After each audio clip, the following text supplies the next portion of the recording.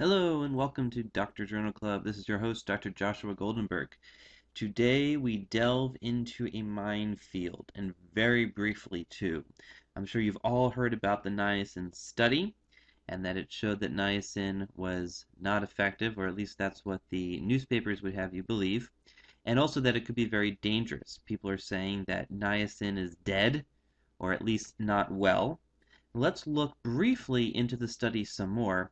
Now, this is going to be one situation where I beg you, please watch the in-depth videos because the controversy, the concern with this study is a little nuanced and complicated, and you really need to go into more depth. We are only going to touch the surface of it in the basics version of this video series. Okay, let's run into the vitals of this study. This is a massive study, massive randomized controlled trial throughout the world, over 200 sites. We have 25,000 people plus who were finally randomized. And they had to start much higher because we had to find out who was niacin and statin intolerant and get them out of the study before they even did the study. More on that in the in-depth series. And this was high-risk patients. So they either already had a heart attack or some equivalent. And we're looking at older adults here. The intervention was 2 grams of extended release niacin and this is where it's important, a non-flush agent as well. This was a combo drug that Merck had on the shelf, and they figured, hey, it would be great if we can combine it with niacin. Patients will be able to tolerate it more and will make a fortune. Also, they gave this intervention in patients that were already statin controlled. More on that in the in-depth series. This was controlled against a placebo. Major outcomes were your first major vascular event, and of course there were secondary outcomes too. The results are spectacular in that they're underwhelming. With the primary outcome, there was no statistically significant difference with niacin. Unbelievable. 25,000 people, no effect on any major vascular event with the niacin plus no flush agent. There was an increase in mortality. In other words, people taking the niacin and no flush had an increased rate of death, although that was also not statistically significant. There was some statistically significant improvement in arterial revascularization procedures, so that was interesting. And also for all the other secondary outcomes, there was no effect. So basically what we're seeing is, as far as efficacy is concerned, pretty much no statistically significant effect after 4 years in over 25,000 patients. Possible improvement in revascularization procedures. And this is where it becomes a little more complicated because now we're seeing that there's no efficacy, but also there seems to be quite a few adverse events. Indeed, some of these we suspected already with niacin, especially with skin, musculoskeletal, and GI concerns, but now we're seeing infection and bleeding, which was surprising.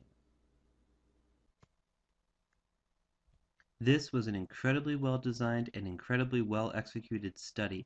I have absolutely no concern from a risk of bias perspective. We go through step by step the ROB assessment in the in-depth series, but there's no concern there. The controversy really comes from using a combo drug because now we don't know if the adverse events were from the niacin or were they from the no flush agent. Also, the lack of efficacy. Is that because niacin doesn't work, or is it because niacin works, but the no flush agent blocks its effect in some way? And some authors have argued through mechanism of action that that is indeed possible. Okay, let's play with that argument for a little bit. If so, let's look at the next highest or largest study that just looked at niacin. Forget the no flush agent. Well, guys, that would be the AIM-HIGH trial. Over 3,000 participants. Also, no effect on cardiovascular outcomes. The argument there, I guess you could say there weren't enough people. Even at 3,000 people, because we're looking at hard outcomes of mortality and cardiovascular events, etc., you really need, gosh, 25,000 people, which is why they ran this trial to begin with.